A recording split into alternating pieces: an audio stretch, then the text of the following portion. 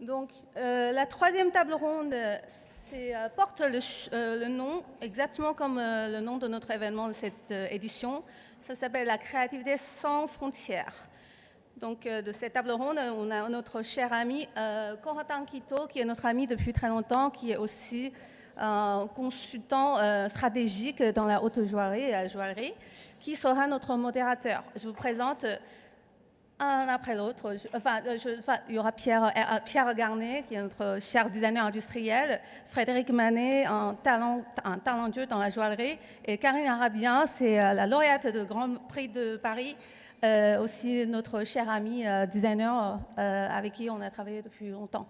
Donc je laisse le soin à Corentin pour présenter notre table ronde au sujet de la créativité sans frontières. Merci.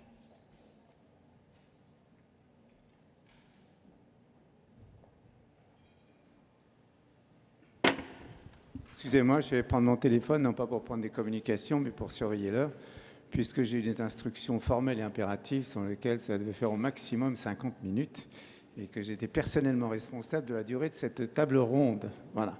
Donc, le format un peu militaire va être le suivant. Je vais vous introduire brièvement, très brièvement. Ensuite, bien, vous prenez la parole l'un et l'une après l'autre, afin de pouvoir vous présenter un tout petit peu plus, de façon plus importante. Et nous passerons ensuite aux 3 questions. Et chacune des questions sera ouverte par l'intervention en fille digitale de Michèle Liot, qui est la vice-présidente du groupe Sundance, tout comme ça a pu se faire dans la table ronde de ce matin. Donc, nous avons de gauche à droite Karine Arabien, créatrice, cofondatrice de JN Miller Club, Frédéric Manet, créateur, directeur artistique, entre autres des marques Canati, Rubeus, Mielano, Holz, et Pierre Garner, designer, qui est le CEO de Helium Studio. Donc, pour respecter l'ordre de présentation et pour respecter aussi quelques formalités de civilité et de protocole, je vais d'abord donner, tu as ton micro, à toi de jouer. Bonjour à tous, je suis ravie d'être ici avec vous à l'UNESCO. Je ne connaissais pas ce lieu et très inspirant. Alors, je suis Karine Arabien, j'ai une longue expérience de la mode et surtout des accessoires. J'ai commencé il y a très longtemps par le bijou. Le bijou plutôt fantaisie, et j'ai commencé par travailler pour Swarovski, pour la maison Chanel. Et petit à petit, j'ai ajouté l'accessoire de mode, du sac, et j'ai monté ma maison en 2000, Karine Arabien, et j'ai fait des chaussures. Et les chaussures ont pris un petit peu le pas sur le reste. Donc, je suis plus connue comme créatrice de chaussures, mais c'est vrai que tous les accessoires de la mode m'intéressent. Et puis, j'ai mis fin à cette entreprise en 2015 en me posant beaucoup de questions sur la production, la surproduction, tout ce qu'on a entendu dans la précédente table ronde. Et j'ai pris le temps vraiment de me poser des questions sur ma créativité, parce qu'elle était un petit peu en berne. Et puis sur la façon de produire, la façon d'appréhender le luxe, les belles choses. De quoi on a envie aujourd'hui, de belles choses, de choses durables, et comment on allait les produire. Et donc j'ai co-créé avec mon conjoint JN Miller Club il y a 3 ans.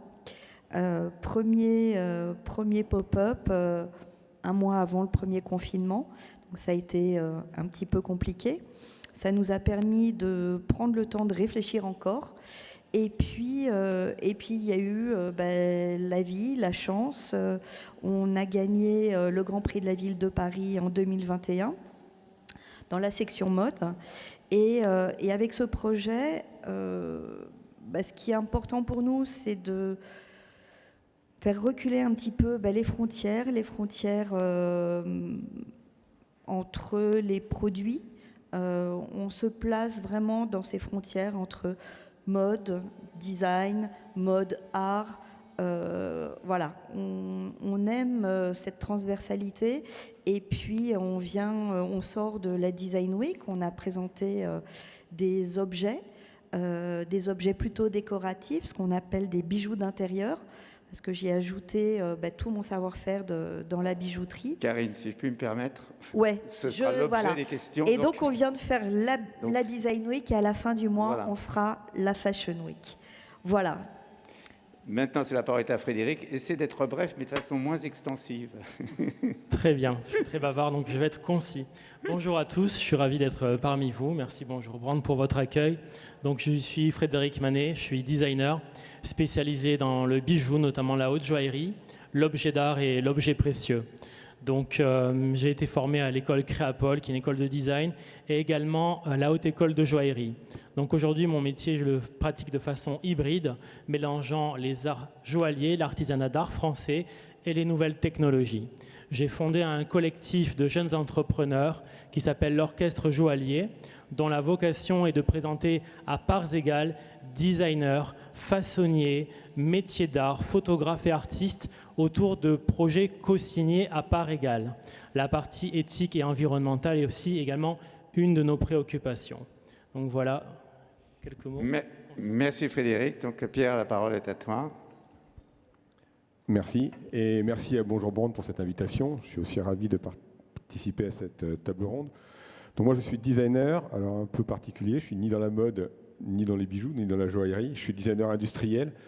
J'ai cofondé une agence il y a 20 ans maintenant, qui compte aujourd'hui 10 personnes avec des domaines d'activité, je ne vais pas les énumérer, on va faire synthétique, mais assez large. Par design industriel, ça peut aller effectivement de l'horlogerie, on en fait un peu, mais à des produits très axés autour des nouvelles technologies et maintenant avec une évolution sur le médical. Et ces 20 ans, ça a permis en fait, aujourd'hui, alors ça fait un peu vieux maintenant, je fais un peu... Voilà. Mais en fait, c'est assez intéressant parce que ça permet de voir toute l'évolution de thématiques qui ont été abordées à la table ronde précédente, la prise en compte de nouveaux enjeux environnementaux et puis aussi toute une internationalisation qui s'est accélérée ces dernières années et la façon dont nous, aujourd'hui, on est amené à avoir de nouvelles collaborations et à aborder ces collaborations-là. Bien, merci à tous. Donc, participe aussi à cette table ronde à distance Michèle Duhaut, qui est la vice-présidente du groupe Sundance, et qui donc se présentera au cours d'une vidéo qui va être lancée à l'issue de la première question. Donc, puisque le thème de la table ronde est la créativité sans frontières, la première question est la suivante. La culture artistique du designer, du créateur, a des racines nationales et rayonne à l'international. Quel est le rôle du design, de la création, dans la construction d'un langage commun, de pont entre les pays, les hommes et les langues? Voilà, ce sera donc le sujet de ces premières contributions. Et la parole, si je ne me suis pas trompé, est à Michèle Duhaut à distance. 大家好，我是罗子涵，圣德西集团副董事长。圣德西是屡获全球大奖的高端男装，我们立足于全球，与多国设计师合作，致力于为中国男士提供更现代的高端男装。 我认为最重要的条件是保持品牌的开放与融合。中国服装品牌的重要突破方向，一定是以中国文化为根，融合欧美的先进设计理念，跨界创造出新的东西。圣德西2001年便开始与法国、英国、日本等多国的设计师展开合作，并且先后在巴黎、东京、上海创立了全球3大设计中心。 实现了便捷快速的信息交流，成为了首批与国际接轨的商务男装品牌。而多国优秀的人才青睐中国市场，愿意到中国来发展，也为品牌创造了更多的可能性。像我们在上海就先后合作了法国设计师 Thomas Clement、Buca Coy， 还有意大利的设计师 Luca Di Cesare， 他们都对中国的国潮有独特的理解。 并且积极融入了创新的理念，为我们带来了更多非常有想象力的作品。Michèle, merci donc. Et ce que je vous propose, c'est de donner votre contribution à cette question-là. On a fait de gauche à droite, on va faire maintenant de droite à gauche. Pierre, à toi la parole. Alors effectivement, la question à la fois de l'ancrage d'une culture qui est peut-être liée à une formation, à un pays dans lequel on exerce, et puis aujourd'hui voir comment ça peut rayonner à l'international et comment ça peut transmettre. Dans le design industriel, alors c'est pas tout à fait peut-être le cas pour vous, parce que c'est vrai qu'en France, il y a une culture très ancrée autour de la mode, autour de la joaillerie, autour des beaux-arts, qui a vraiment construit toute une identité française à l'étranger, et pas que dans l'univers du luxe. Dans le design industriel, c'est un peu particulier. Parfois, on essaie de parler de la fameuse French Touch, personnellement, je n'arrive pas à définir, en tout cas dans mon domaine d'activité. Et on est face à un paradoxe, parce que d'un côté, effectivement, il faut... Voilà, on a une culture qu'on nous demande parfois un peu d'incarner. Et en même temps, avec tous ces échanges qu'on a et avec la mondialisation qui a fait que les produits sont diffusés un peu partout, si je suis un petit peu critique, on a parfois un peu des réponses en industriel, un peu le plus petit dénominateur commun en termes d'identité, d'image et même d'usage. C'est-à-dire qu'on a tendance à lisser les cultures, et pour pouvoir adresser tout le monde, c'est un peu le syndrome du plus petit dénominateur commun. Et on essaie d'être le plus large possible avec une réponse universelle. On voudrait une réponse universelle, aussi bien dans l'usage que dans l'image, en essayant d'aligner un peu tout le monde sur les mêmes valeurs. Et là où parfois, à travers la mode, on peut essayer de se distinguer, et c'est un moyen de distinction, dans le design industriel, c'est pas tout à fait ça. Et on essaie d'avoir un peu ça. Donc c'est nous, la question, elle se pose un peu dans ces termes-là. Comment on arrive à conserver à la fois une identité personnelle, mais aussi l'identité des utilisateurs à qui on s'adresse, parce que voilà, on va s'adresser à des utilisateurs de différents pays. Comment on arrive à intégrer ça? Donc effectivement, c'est extrêmement important déjà de commencer par avoir des échanges pour comprendre, pour intégrer ces cultures, cette dimension-là. Ça, c'est un point extrêmement important, parce que l'échange, la compréhension, c'est ce qui permet de nourrir la créativité. C'est ce qui va vraiment nous permettre d'alimenter aussi une créativité, de changer, de déplacer l'angle de la caméra, de ne pas être, nous, dans des schémas de pensée ou dans des idées préconçues qu'on peut avoir quand on aborde un nouveau marché, une nouvelle culture. On a forcément des idées préconçues, des a priori. Donc il faut arriver à les dépasser. Donc ça, c'est les échanges qui vont nous permettre de dépasser ça. Et puis en même temps, après, effectivement, c'est comment on adresse, nous, dans notre domaine d'activité, un produit qui est censé s'adresser à des marchés très larges, tout en conservant quand même quelque chose qui ne soit pas un peu boring, comme disaient les Américains, un truc un peu sympathique, mais en fait, derrière, ça manque un petit peu d'aspérité et d'identité. Donc c'est ce qu'on essaie de faire. Alors on essaie de trouver, je ne vais pas rentrer dans le débat pour ne pas monopoliser la personne, mais c'est un des enjeux qu'il y a aujourd'hui. Pour rebondir sur les propos de mon collègue, je vais rentrer directement sur un exemple concret que j'ai vécu à travers ma carrière. Donc moi, je suis originaire du sud de la France et j'ai baigné dans la culture méditerranéenne de toutes les rives de la Méditerranée. Ensuite, je suis venu à Paris. Donc j'ai ajouté à mon éducation une deuxième strate culturelle. Et à partir de Paris, j'ai travaillé pour les maisons de la place Vendôme, avec cet héritage français à respecter, à connaître les codes des différentes maisons. Quand je me suis mis à mon compte, les premières missions que j'ai eues n'étaient pas basées en France, mais à l'international, avec le besoin de maisons, par exemple, chinoises. Et à travers une dizaine d'années d'expérience, j'ai pu explorer avec ces maisons chinoises, comme au Moyen-Orient, un challenge local qui était l'internalisation de marques locales. Leur objectif était pour ces marques-là qui étaient déjà implantées ou à construire complètement, de valoriser leur ADN tout en leur proposant un produit qui sera compris à l'international et avec une expertise française. La créativité sans frontières, et elle se conjugue avec de multiples facettes, et on peut avoir effectivement à travers un même produit, une même symbolique, différentes structures culturelles qui se juxtaposent, et à la fin, on a quelque chose qui parle localement, tout à un public international. Voilà. Donc, si je comprends bien,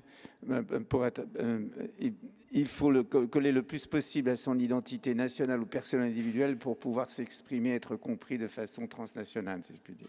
Avoir de racines profondes pour ensuite avoir des ailes. C'est un petit peu la phrase que j'utilise régulièrement. Karine, ton opinion sur le sujet? Je suis complètement d'accord. Je pense qu'un créateur, il parle de soi avant de parler des autres. C'est d'abord soi, c'est d'abord son intime, son intimité et sa créativité propre, et donc ses racines, d'où il vient. C'est tout ça, c'est son patrimoine, c'est ce qu'il va mettre dans sa création.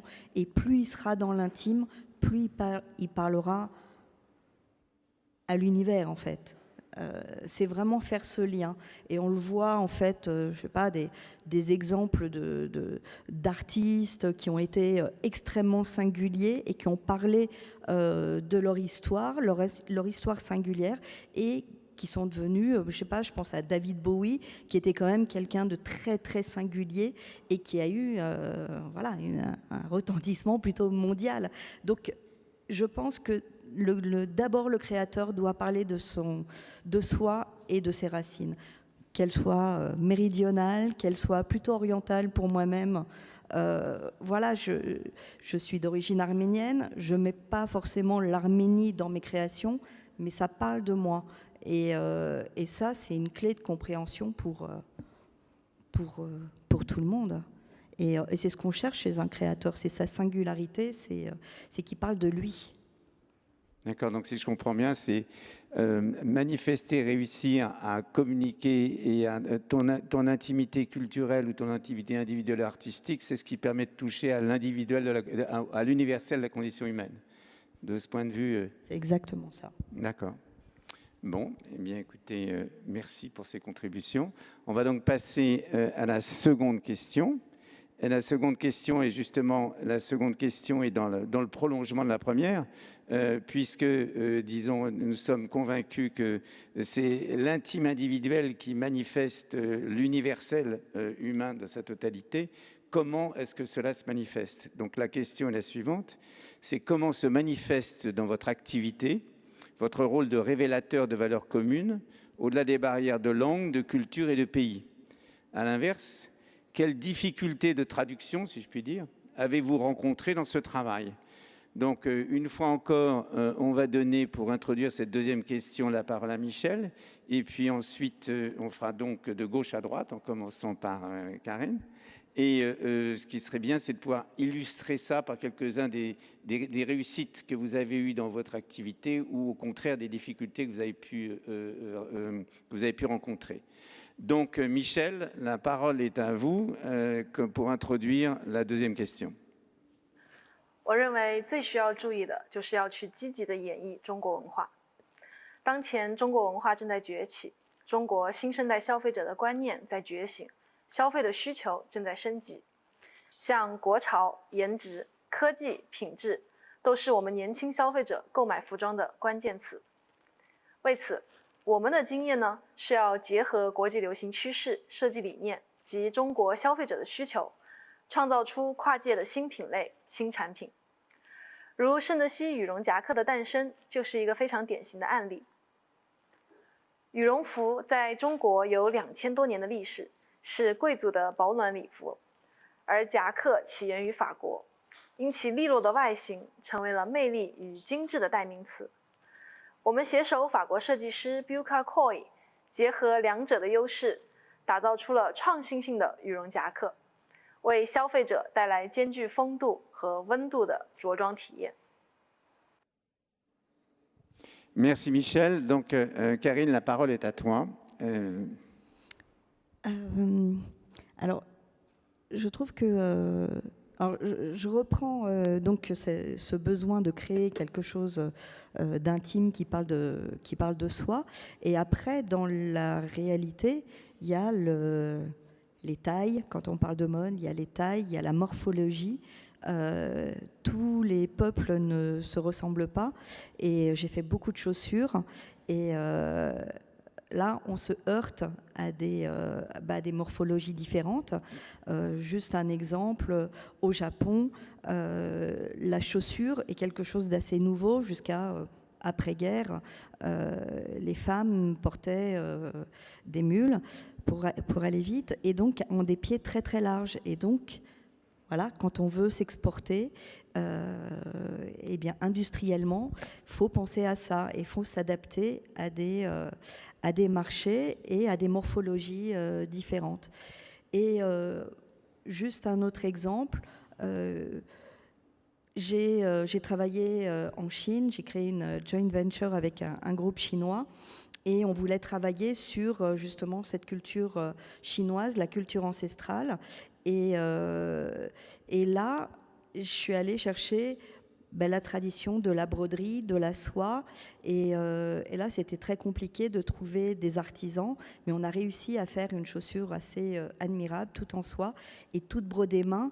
Et ça, voilà, c'est à la fois le raffinement français et à la fois l'artisanat chinois. Et là, c'était une vraie...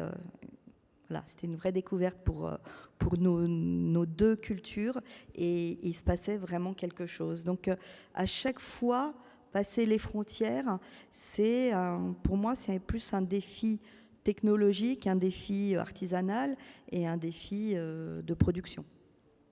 Quelles sont les collaborations qui sont le plus véritablement enthousiasmées dans la réalisation de ces projets, les personnalités, les pays ou les cultures? Est-ce qu'il y a quelque chose qui, pour toi, au cours de ta longue carrière, qui t'a marqué? C'était un moment où il y a eu un moment de grâce dans lequel il y a eu une fusion entre ce que tu voulais exprimer, la façon dont l'étranger réussissait à exprimer ton intimité. Alors, là, ça a été un vrai challenge. Donc, je parlais de mes origines arméniennes. Je suis allée en Arménie plusieurs fois pour essayer de travailler avec des artisans. Et en 2007, j'ai eu une rétrospective de mon travail au Musée de la mode de Marseille. Et donc, j'ai travaillé sur 5 pièces assez exceptionnelles, à la fois des bijoux et une chaussure en bois, argent et agate, en pierres semi-précieuses, pierres fines. Et là, c'était vraiment pas évident parce qu'on se heurte à une mentalité. L'Arménie est un pays ex-soviétique, donc c'était comprendre qu'il faut livrer à temps, etc. C'est assez compliqué. Mais on a mis au point donc une collection qui était vraiment exceptionnelle. Et oui, c'était un peu l'acmé de ma carrière. Et la paire de chaussures, parce que c'était une pièce unique qui appartient à Madonna. Et donc j'étais assez contente de faire ce pont entre mes origines et l'universel, le bling-bling, le pop, etc. Ok, merci. Frédéric. Alors, pour répondre à cette question, je vais illustrer ma réponse à travers la dernière expérience que j'ai eue, à savoir la création d'une nouvelle marque dont l'objectif était à la fois d'exprimer quelque chose de local et également tourné vers l'international. C'est une marque qui trouve son origine au royaume de Bahreïn, entre le Qatar et l'Arabie Saoudite. Et donc le challenge était de partir des sources de la civilisation de Bahreïn pour ensuite faire une proposition qui, elle, sera, on va dire, plus internationale. Comment peut-on trouver le dénominateur commun entre les légendes antiques du désert et quelque chose de beaucoup plus contemporain? J'ai fait une recherche, comme tout bon designer, on se plonge, on se documente dans les racines de son client, de son interlocuteur. Et là, j'ai trouvé une légende extraordinaire du plus ancien héros de l'humanité, qui s'appelait donc Gilgamesh. Gilgamesh est un héros comme on peut retrouver Hercule, Ulysse. Donc ce héros qui est le plus ancien de l'humanité, on a retrouvé des tablettes en argile qui parlent de ses faits et gestes. C'est une légende qui a plus de 5000 ans. Ce qui était intéressant, c'est qu'elle est partagée communément par tout le bassin méditerranéen. On retrouve des représentations de ce héros dans différents pays autour de la Méditerranée. Et il portait à son poignet un bracelet avec un motif qui est la fleur de vie. Ce motif-là est très intéressant car il est partagé par une très grande majorité des grandes civilisations de la planète. On le retrouve en Chine, on le retrouve sur des cathédrales occidentales, civilisations précolombiennes. Ce symbole-là est le symbole de l'origine de la vie et de l'émergence du monde. Je me suis dit, c'est là que je vais trouver le fil conducteur de ma collection. Et on va partir du point de zéro, le Big Bang. Qu'est-ce qu'on peut faire maintenant pour toucher un public un peu plus international que de parler de l'origine du monde dans la civilisation mésopotamienne? J'ai dit, je vais raconter à travers le regard d'un enfant l'histoire de l'humanité, des origines du monde jusqu'à la conquête spatiale. J'ai créé une collection de montres reliquaires, à savoir que dans chacune des montres, je raconte une époque de l'humanité et j'encapsule à l'intérieur de ma montre une relique qui a réellement rencontré ce que cela raconte. On va au-delà du storytelling, on est dans l'objet sacré. À partir de là, j'ai donc construit une collection où j'ai fait une montre sur le thème de la Rome antique, J'ai encapsulé des monnaies romaines, des pierres précieuses très anciennes. On a façonné dans du bronze de statues antiques des gladiateurs qui se battent. Précédemment, j'ai oublié l'époque des dinosaures. On a façonné dans de l'os de dinosaures fossilisés des micro-sculptures qu'on a mis dans les montres. Et à chaque fois, on raconte différentes époques de l'humanité pour arriver à encapsuler dans ces montres-là du métal de Formule 1 qui a concouru à Monaco. Pour terminer dans l'espace, avec une collaboration avec la NASA, nous avons découpé dans un morceau de la navette Discovery un morceau de fusée qui a été taillé en forme de micro-fusée qui a été ensuite encapsulé dans la montre. Donc voilà comment on est parti de quelque chose de très intime, un fait spécifique d'une civilisation ancienne de la région de Bahreïn, pour ensuite l'élever à quelque chose qui parle à tout public, à savoir des choses qui nous concernent, à savoir les dinosaures, la transformation de l'humanité, le voyage spatial, etc., etc. Partir de l'intime pour l'élever vers quelque chose qui sera beaucoup plus universel dans son message. Je pense que l'exposition qui a eu lieu au mois de juillet a pu attester de ce message-là. Ce qu'il en résultait était l'universalité de cette collection franco-bahreïnie, preuve que l'on peut avoir plusieurs fondateurs de différentes cultures unis autour d'un but commun et de rencontrer son public, et en tout cas, j'espère, de l'émerveiller. Merci Frédéric. Pour votre information, la collection s'appelle Canati, vous pouvez la voir sur Instagram. Bien, Pierre. Alors, encore une fois, moi c'est un peu plus particulier parce que c'est vrai que... Mais tant mieux, tant mieux. Tant mieux, ben voilà, je Tant vais mieux. être un petit peu l'élément dissonant, mais non pas dissonant, mais différent, mais c'est justement ça qui est intéressant. Nous, cette question-là, je vais peut-être l'illustrer par le biais de la technologie, parce qu'on a beaucoup de projets qui convoquent des nouvelles technologies ou de la technologie tout court. Derrière la technologie, il y a de l'usage et il y a une dimension culturelle derrière ça. Donc on a des technologies communes aujourd'hui qui sont partagées par tout le monde, mais l'usage qu'on va en faire et la perception qu'on en a n'est pas la même. Et là, comme je suis un bon élève, je vais citer un projet qu'on a fait récemment avec Bonjour Brand et avec une entreprise chinoise. Et c'est un projet qui est assez intéressant. Alors malheureusement, il n'y a pas d'image pour l'illustrer, il va falloir se projeter, je vais essayer de ne pas être... Mais c'est un projet qui est destiné à l'hygiène bucco-dentaire et qui va avoir différents appareils et avec beaucoup de technologies pour essayer de suivre et d'accompagner son hygiène bucco-dentaire. Donc évidemment, on est dans une culture, on s'adresse au marché chinois. Et c'est vrai que c'est un marché un peu particulier. Il y a une évolution sur les 25 dernières années absolument phénoménale, avec une immersion et une diffusion de la technologie très forte et une appétence pour ces nouvelles technologies-là. Et nous, en même temps, il faut qu'on amène notre regard sur ce projet-là. Et comment on arrive à faire justement cette transcription en intégrant à la fois les spécificités du marché chinois. On sait que c'est une région du monde qui a pas du tout les mêmes appréhensions, les mêmes a priori sur la technologie que nous. Et nous, dans une pièce qui est très intime, qui est celle de la salle de bain. Donc on a essayé de concilier un petit peu les deux avec une réponse où on a un produit qui, évidemment, par ses fonctions et par ce qu'il va proposer, est très technologique. Et on a essayé de le traiter d'une manière, on va dire, un peu plus sobre. On a essayé de le rendre, en tout cas, de le rapprocher d'une forme d'intimité. Et effectivement, peut-être d'y amener un peu notre regard à nous, en tant que Français, en tout cas avec notre sensibilité à nous, et d'essayer justement de créer cette passerelle et essayer de voir comment on pouvait combiner les deux regards sur quelque chose comme ça. C'est vrai que la technologie, c'est quelque chose de très particulier. Il y a un autre exemple qu'on a eu. Et ça ressemble à quoi l'histoire dans la salle de bain? C'est quoi? C'est une brosse à dents? Non, alors c'est un ensemble de produits destinés qui intègrent effectivement une brosse à dents, qui intègrent effectivement tout un produit de diagnostic. Voilà. Donc on avait des produits qui étaient très techniques, qu'on a rangé dans on va dire un coffret, une boîte, mais qu'on a traité presque comme une armoire qui va intégrer toute la partie d'interface, mais qui fait que quand c'est fermé, on est quelque chose où la technologie vraiment disparaît et on n'a pas voulu rendre visibles ces produits-là qui sont des produits de l'ordre de l'intime. Donc on n'a pas voulu les exposer et donc on a joué ce double regard par rapport à ça. Et pareil, on a travaillé sur plein de manières de traiter les retours d'informations sur des écrans. C'est un écran qui sont complètement sous-cutanés, c'est-à-dire que quand on ne l'utilise pas, on ne le voit pas. On ne sait pas qu'il y a un écran, et c'est uniquement quand on a besoin d'utiliser le produit que l'écran et les informations vont apparaître. Donc ça, c'est des choses, voilà. Alors que là où, parfois, même dans les éléments d'échange qu'on a vus ou le brief, je pense qu'ils attendaient quelque chose de plus, avec un écran très visible, avec des boutons partout, avec quelque chose de très, avec une expression très forte de la technologie. Voilà. Et j'ai en tête un autre projet qu'on a fait aussi, alors pour une entreprise de domotique, Et le rapport, pour vous dire un peu les passerelles culturelles qui ne sont pas faciles à faire sur cette dimension-là, on fait un produit domotique et quand on l'a abordé, nous, on a commencé à faire un peu des très européens. Quand on veut contrôler le confort à la maison, en Europe et particulièrement en France, on veut des produits qui font tout seul. En fait, on veut un produit qui va fonctionner tout seul et avec le minimum d'interaction, on veut le brancher, c'est du plug and play et puis on veut que ça fonctionne.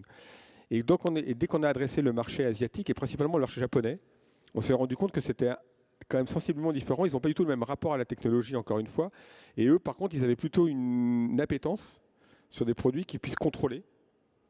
Et tous les problèmes qu'on s'était posés pour le marché européen, qui étaient de dire comment on fait pour embarquer les utilisateurs avec le minimum d'action quand on l'installe, et pour le régler, au contraire, au Japon, eux, ils étaient complètement prêts. Ils me demandaient même d'avoir un maximum de réglages possibles et de possibilités d'interagir avec le produit et pour pouvoir régler leur maison vraiment, voilà, presque aller dans un niveau qu'on pourrait qualifier de programmation. Là où nous, on est complètement dans une distance par rapport à ça. Et donc, c'est assez marrant. Alors voilà, nous, on est souvent confrontés à des choses. On a les mêmes technologies, on a les mêmes briques technologiques, on a les mêmes finalités au final. Très souvent, on a les mêmes attentes. Mais la façon dont on va y répondre, effectivement, là, il y a des spécificités culturelles et c'est assez intéressant de voir comment on peut essayer de créer des ponts. Et encore une fois, sans arriver à une sorte d'uniformisation, qui est pour moi le plus gros écueil auquel on peut arriver, c'est d'avoir voilà, à la fin une sorte de réponse commune qui viendra avec un appauvrissement. En fait, vous avez plusieurs univers stylistiques et vous devez être polyglotte et multisémiotique, si je puis dire. Alors, on essaye d'être polyglotte, on essaye d'adresser au mieux et en même temps, voilà, on sait bien que quand on travaille pour une entreprise qui va diffuser ses produits à l'international, ils vont pas faire un produit par pays. Ils vont essayer d'avoir voilà, une réponse la plus universelle. Donc, c'est pas évident justement de trouver les éléments de réponse. Il y a un cas d'école. Hein, en 2007, Nokia, je reviens sur quelque chose de très... avait adressé, avait sursegmenté justement son marché du téléphone portable et ils avaient plus de 70 téléphones de référence de téléphone portable à leur catalogue. 2007-2009, l'arrivée de l'iPhone. Apple arrive, un design commun qui adresse tout le monde. Et là, Nokia, en quelques années, est passé de numéro 1 des téléphones portables à rien. Donc, Nokia qui avait décidé d'adresser région par région, et ils avaient même sursegmenté avec les jeunes, les femmes, les hommes d'affaires, enfin ils avaient sursegmenté le marché. Apple est arrivé avec un produit qui a un design unique, et en même temps, c'est un design qui est multiple, parce que en fait, la différenciation ne se fait pas par la coque extérieure du produit, mais par ce qu'il y a dedans. Et toute l'intelligence a été d'amener une personnalisation par le contenu du téléphone et pas par l'aspect du téléphone. Donc c'est aussi un autre rapport à la technologie, et comme j'illustrais justement l'exemple de la domotique avec le Japon, l'idée c'est justement de laisser cette possibilité-là et de pouvoir, par le contenu de ce qu'on va avoir, donc là la technologie nous permet de le faire, de laisser des libertés justement à chacun de pouvoir s'approprier le produit et à chaque région du monde, en fait, à chacun son usage, et c'est pas uniquement à chaque culture de pouvoir s'approprier ça, et c'est comme ça qu'on essaie d'y répondre, au-delà de la forme de l'objet et de la sémantique de la forme. Donc la preuve que vous avez fait une bonne ou une mauvaise traduction, c'est que vous êtes où c'est le succès ou c'est le rejet. Aussi simple que ça. Ça peut se traduire un peu comme ça. Ouais. D'accord. Bien, écoutez, je vous remercie. On va donc maintenant, puisque nous sommes dans les temps, je vois que Jing au fond de la salle me surveille, puisque nous sommes dans les temps, nous allons passer à la troisième question. Et donc là encore, c'est Michel qui va introduire cette troisième question. La troisième question aborde un sujet qui est un sujet maintenant qui est incontournable. Alors, ou tant mieux ou hélas, hein, vous en jugerez. Hein, voilà. Le développement de l'Internet, de la sphère numérique virtuelle, de l'intelligence artificielle, de la réalité augmentée, du métaverse, du NFT, de l'ensemble de la dynamique numérique, a globalisé la conscience créative. Le virtuel est accélérateur de créativité. Comment cela se manifeste-t-il dans votre activité, que ce soit à court terme dans vos créations actuelles ou que ce soit du point de vue de votre vision stratégique? Voilà. Michel, la parole est à vous. 互联网打破了人与人之间的界限，让不同国籍、肤色与文化的人群连接在一起。而下一代互联网则会更加的开放，更加的去中心化，实现真正的创作者经济。企业如果能够更多的去利用 AI 人工智能进行创作，或者与平台上的用户一起创作，实现与创作者共享成果，那么这些都将进一步打破人与人、人与机器的界限，实现创作力的爆发，创造更多的价值。Merci Michel. Et donc, Pierre, ça va être à nouveau à toi, si je peux m'exprimer ainsi. Voilà. Gauche, droite, droite, gauche. On y va. Je repars. Effectivement, tous ces outils numériques, le virtuel, alors Internet bien sûr, mais là pour les échanges qu'on a pu avoir, mais derrière, au-delà de ça, nous, c'est vrai que dans le design, on a eu un fort apport de tous les outils du numérique. Je suis passé d'une époque où on dessinait encore tout à la main. On est passé à des logiciels 3D qui nous ont permis à la fois de communiquer différemment nos produits, mais même nous, on s'est rendu compte avec ces nouveaux outils de pouvoir créer différemment. Ça a enrichi aussi un petit peu notre façon de retranscrire et de proposer des designs. Et aujourd'hui, on passe aussi au virtuel. Depuis quelques années, au studio, on est équipé. Donc effectivement, ça permet de passer une étape dans la création de design produit qui est assez intéressante. C'est-à-dire qu'on va pouvoir visualiser et formaliser virtuellement avec des outils de réalité augmentée une création d'un produit pour voir comment il va prendre sa place avant de passer à des étapes physiques et à des maquettes. Donc on gagne à la fois du temps et ça nous permet d'accélérer effectivement un certain nombre de choses. Et ça, c'est effectivement concrètement la manière dont on peut aujourd'hui s'emparer de ces outils-là et de les partager en temps réel, en direct, y compris avec des entreprises comme on l'a fait. Donc je citais l'entreprise chinoise avec qui on a collaboré. On a eu des réunions, on a pu échanger des modèles à la fois numériques, des modèles physiques, on a pu faire des réunions en direct. Donc effectivement, on a des passerelles et ça permet d'enrichir. En tout cas, nous, ça nous a permis d'enrichir pas mal les choses. Et là, il y a une thématique qui, depuis quelques mois, émerge, nous, en tant que designers, c'est l'apparition par l'intelligence artificielle de tous ces nouveaux outils qui permettent de formaliser. Donc on a beaucoup parlé de Midjourney, DALL-E, Imagen, qui sont tous ces outils d'intelligence artificielle qui, à partir de quelques mots-clés donnés en entrée, sortent en quelques minutes des créations originales basées sur voilà, tout un panel. Voilà. Donc là, effectivement, on est en train d'arriver... c'est quelque chose, on n'a pas encore les réponses, on n'a pas encore le recul, comment on va s'accaparer, comment on va s'approprier ces outils-là, est-ce que c'est du rejet ou pas. Ça fait un petit peu penser en parallèle à ce qui s'est passé dans la révolution industrielle, quand les premières machines-outils sont arrivées, puis après, dans la fin du XXe siècle, la robotique sont arrivées dans les outils de production. On a remplacé d'une certaine manière un peu un savoir-faire manuel et humain par des machines. Et puis là, maintenant, on s'aperçoit que l'intelligence artificielle, on peut même potentiellement remplacer la créativité par l'intelligence artificielle, donc en fait ce qui fait notre valeur ajoutée. Hein. Donc voilà, et c'est en fait comment on va s'approprier ces outils-là aujourd'hui, voilà, avec une intelligence artificielle qui va brasser pour le coup des centaines de millions de références dans le monde entier, puisqu'ils ont la capacité d'aller crawler des images de références absolument partout, et du coup de réintégrer toutes ces références-là dans une proposition. Donc là, il y a un nouveau champ qui s'ouvre, je n'ai pas les réponses. Je ne sais pas trop ce que ça va donner, mais c'est quelque chose d'assez intéressant de voir comment voilà, tous ces outils numériques sont en train de chambouler très très rapidement, y compris le domaine de la création qu'on pensait un peu, voilà, une sphère un peu préservée. On a toujours eu tendance à dire la création, voilà, ça reste quelque chose, on n'arrivera jamais à automatiser ça, mais en fait, ça arrive assez rapidement. Je comprends bien, on est arrivé à l'ère où il fallait être humble devant la nature et maintenant il faut être humble devant la machine. Ben, je ne sais pas si on est arrivé là, mais il y a un peu de ça. Ouais. Frédéric ? Alors, je vais vous parler moi, de la rencontre que j'ai pu avoir par rapport justement à l'apport de l'intelligence artificielle, comment j'ai pu le voir de mes yeux de créateur. Donc, je vais faire un petit retour rapide sur ces 20 dernières années que j'ai pu aborder au sein de l'univers de la haute joaillerie. Donc, j'ai démarré avec voilà, un univers où on dessinait entièrement à la main les pièces de joaillerie, où les pièces étaient fabriquées traditionnellement à la main. Et sur ces dernières décennies, même au-delà des 20 dernières années, c'est un secteur qui a énormément évolué, dans lequel il y a une hybridation des savoir-faire traditionnels, manuels, l'intelligence de la main, avec des technologies nouvelles. Par exemple, la CAO, avant on sculptait, directement façonnait l'or. Ensuite, il y a eu le procédé à la cire perdue qui a intégré les maisons. Ensuite, on parle aujourd'hui même de fonderie additionnelle en or. Toutes ces technologies-là s'embrassent, se conjuguent, s'hybrident avec la tradition. Je le vois d'un bon œil. Je me dis, voilà, si je devais rencontrer un logiciel d'intelligence artificielle, je vais proposer à mon client, pose les mots. Je t'invite à participer à un process créatif. Une image en ressort, je lui dis voilà, tes mots-là ont donné cette image-là. Tu as été acteur du projet. Maintenant, moi, j'ai une expertise. Je vais t'amener à en faire un brief. Ce brief-là va me permettre de choisir des matériaux et de te faire vivre une expérience pour le transformer en un objet. C'est ça ma valeur ajoutée. Voilà, tu m'as apporté une image et comme un mood board, vous connaissez tous cela, cela m'a servi à construire ensuite en tant que professionnel, de matérialiser, d'être designer, la rationalisation de la création vers un objet matériel.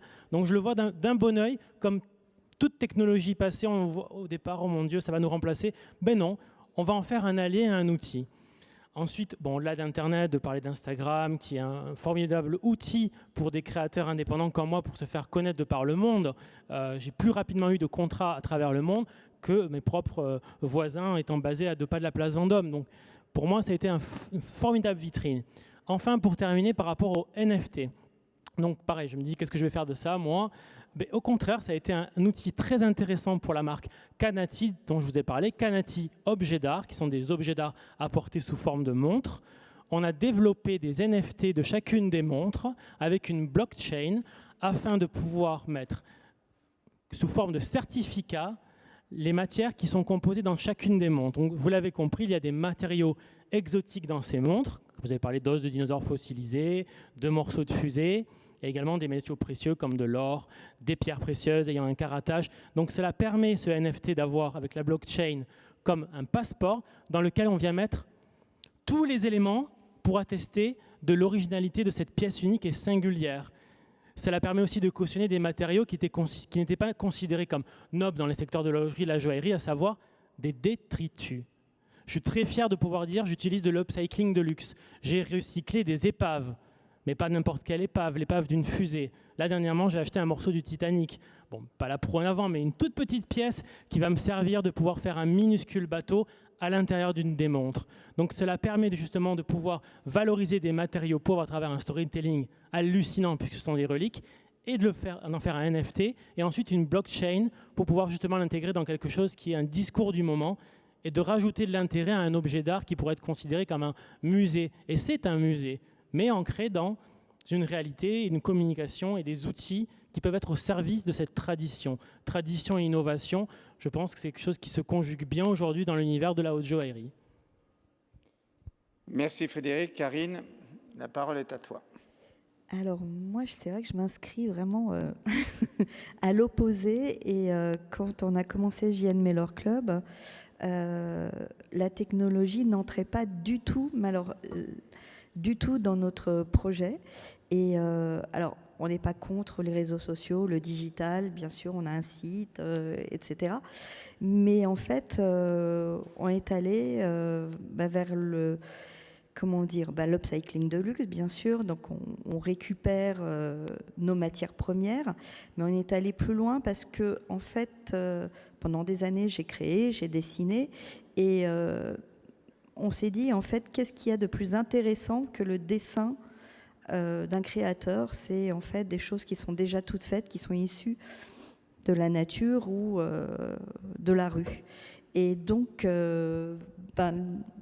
oui, la technologie, tout ça, on l'a mis vraiment de côté.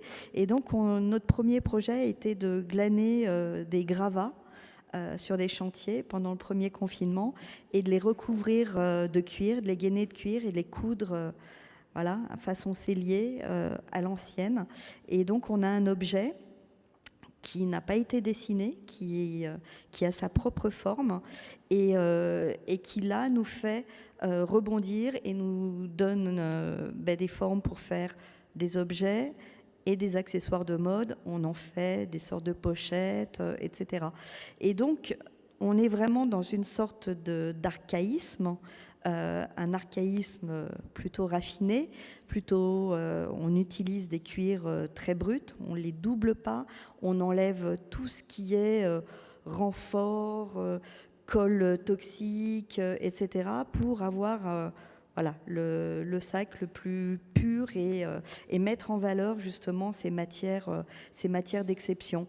Donc, quand on parle, oui, de tout ça, de NFT, on est très très loin, mais peut-être qu'on y viendra.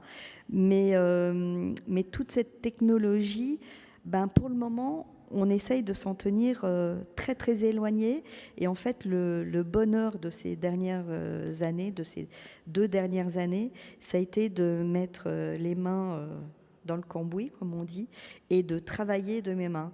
Et ça a été voilà, une sorte de renaissance, et une renaissance à ma créativité. J'ai vraiment retrouvé voilà, quelque chose qui m'exaltait à mes débuts et que j'avais petit à petit oublié. Et voilà, donc on est dans cette économie de forme et un travail manuel, mais ultra manuel. Et ça, c'est le pied. Alors, le digital, les réseaux sociaux, on y est. Voir des gens à l'autre bout du monde, les changements de morphologie, les changements de vie, ça me fascine. Mais pour le moment, au JN Mailer Club, la machine, on la laisse un petit peu loin. D'accord, mais merci pour vos contributions. Cette table ronde démontre la chose suivante, puisque c'est la créativité sans frontières. Que donc, d'une part, du point de vue des personnalités des trois créateurs qui sont ici, c'est véritablement trois expressions qui sont complémentaires et différentes, mais vers un même projet, c'est la réalisation de pièces d'exception, la réalisation de projets d'exception, qui soient de nature industrielle, qui soient de nature artistique, ou qui soient de nature dans le domaine des accessoires ou des souliers. Et je pense que il y a deux choses que je voudrais ajouter pour terminer cette table ronde et pour terminer ce panel. C'est que d'une part, que ce soit d'un point de vue manuel et exclusivement manuel dans ton cas, ou que ce soit avec l'accélérateur de création que sont aujourd'hui les outils numériques, l'important c'est que le créateur puisse aller jusqu'au bout de son idée. Et que le fait d'aller jusqu'au bout de cette idée de façon manuelle, ou d'avoir, comme l'exprime Frédéric, moi ce que j'exprime dans le domaine du manu digital, le fait qu'aujourd'hui les outils et les logiciels permettent au créateur et à lui de pouvoir aller jusqu'au bout de son idée, parce qu'avant il y avait une scission entre ce qu'était le créateur et la réalisation de celui qui avait réalisé, c'est quelque chose qui est extrêmement important.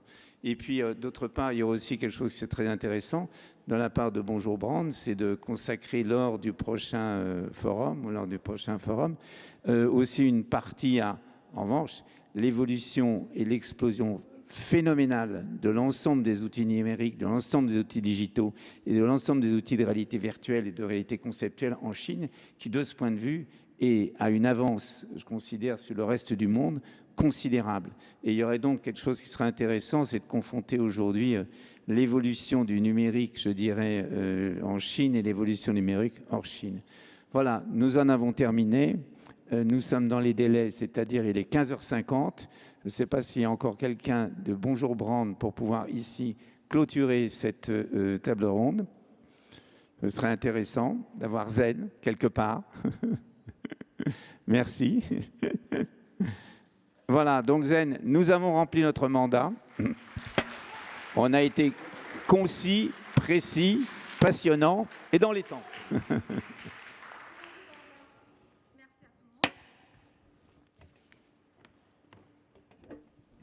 Merci Corentin d'avoir respecté le cahier de charge. Oui. Bon, merci beaucoup. Aujourd'hui a été très riche et rempli d'émotions et rempli de contenu. Et on est honorés et ravis d'avoir passé ces 7 ans de forum et en travaillant avec nos amis, nos partenaires, nos designers, artistes, marques et chinoises et françaises. Donc du coup, je voudrais vous remercier parce que sans vous, on ne peut pas arriver sur cette scène-là encore pour une deuxième fois et en espérant vous retrouver l'année prochaine, éventuellement peut-être sur cette scène-là. Donc merci beaucoup et vous pouvez partir maintenant. Merci. Je vous libère. Bravo. Merci.